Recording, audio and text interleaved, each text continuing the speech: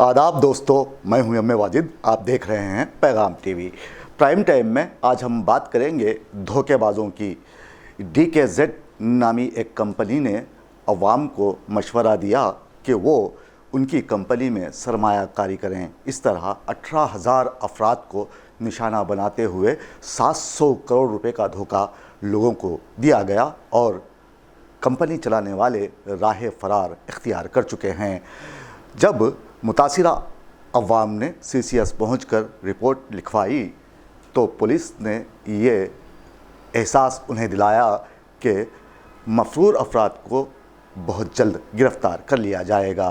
पेश है इस मामले में हमारे नुमाइंदे मोहम्मद फारूक की एक खास रिपोर्ट। सबका तेरी जेब से नाता, तेरी ज़रूरत कोई नहीं, बच के निकल जाए इस बस्ती में। जब से अपने दोस्तों के साथ मरासिम ख़त्म किए हैं तब से मैं भी खुश रहने लगा हूं और रात के शायद 12 बजे होंगे कि घर के सहन में कुर्सी पर बैठा हूं। आज रात आसमान पर सितारे यूं गायब हैं जैसे कभी सितारों का वजूद था ही नहीं। अचानक आसमान से पानी की बूंदें गिरने लगीं। बारिश से मेरा ताल्लुक़ वही है जो एक प्यासे शख्स का पानी से, भूखे का खाने से, रात का ताल्लुक़ अंधेरे से, धोखेबाज का बेवकूफ़ से। कभी कभी सोचता हूँ कि दुनिया है क्या, खुद से पूछता हूँ, फिर अपने आसपास के किरदारों को देखता हूँ और जब खुद तक पहुँचता हूँ तो मालूम होता है कि जो दिखता है वो होता नहीं और जो होता है वो दिखता नहीं। यहाँ गरीबों का कोई पुरसाने हाल नहीं तो वहीं अमीरों ने ये सीख लिया है कि किस तरह गरीबों को पैरों तले कुचल कर आगे बढ़ा जाए। मौके का फ़ायदा उठाना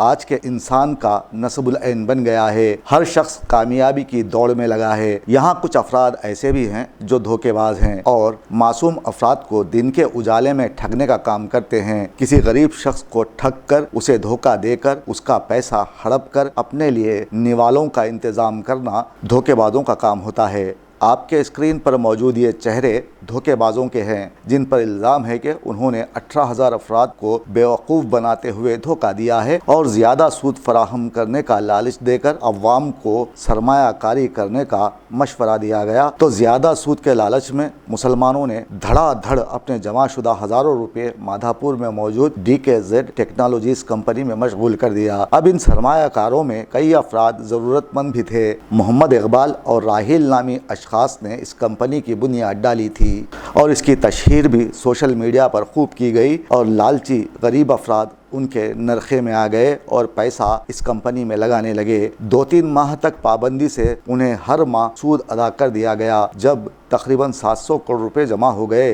तो इस कंपनी में रोज़ाना दिखाई देने वाले अचानक गायब हो गए और दीवार से बोर्ड भी हटा दिया गया। सरमायाकारी करने वाले अफराद को जब इसकी इत्तला मिली तो उन्होंने CCS पुलिस से रुजू होते हुए कंपनी के खिलाफ शिकायत दर्ज करवाई। ताहम पुलिस ने अवाम से ख्वाहिश की है कि ऐसी कंपनियों से चौकस रहें जो जायद मुनाफा देने का ढोंग रचाते हैं। दरअसल हैदराबादी अवाम की एक खासियत यह भी है कि ये लोग गिर गिर कर, ठोकरें खा खा कर संभलना नहीं चाहते या फिर सरमायाकारी के नाम पर अपना पैसा गंवाने का शौक़ रखते हैं। मैंने देखा है कि वक्फे से हैदराबाद में इस तरह के कई वाक़ियात पेश आए और धोखेबाजों ने शहरियों को खूब लूटा और दूसरे मुल्कों में जाकर बस गए। लेकिन हम आज भी सरमायाकारी के नाम पर धोखा खा रहे हैं। हमें अब ये जान लेने की ज़रूरत है कि इस दौर में सबसे मजबूत रिश्ता अगर कोई है तो वो मतलब या मफाद का रिश्ता है जिसकी बुनियाद मफाद की ईंटों पर कायम होती है। मफाद ख़त्म होते ही रिश्ता ऐसे ख़त्म हो जाता है जैसे कभी कायम ही नहीं हुआ था।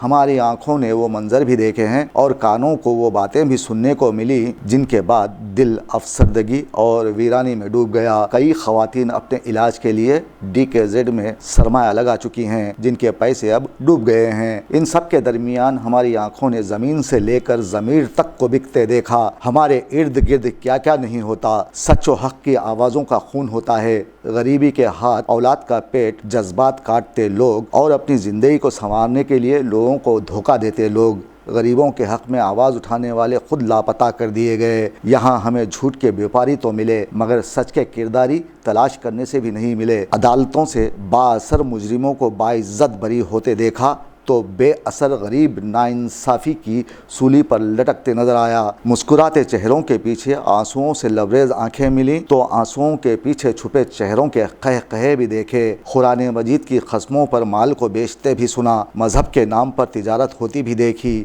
ہر شخص کی زندگی کتاب کی ایک کہانی ہے اور ہر کہانی سبق آموز۔ اب یہاں کہنے والی بات یہی ہے کہ آپ لالچی نہ بنو۔